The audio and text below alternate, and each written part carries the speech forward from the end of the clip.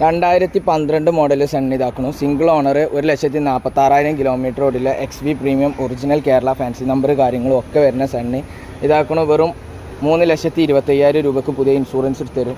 4,75,000 രൂപയ്ക്ക് ഇതാക്കണം. 2015 model റിയായ ഡിക്കുള്ള type ഇറ്റ്യൂസ് GD SP വരുന്ന സെക്കൻഡ് ഓണർഷിപ്പിൽ 2 ലക്ഷം കിലോമീറ്റർ ഓടി വണ്ടി 4,75,000 റുപ്യാണ് വരുന്നത്.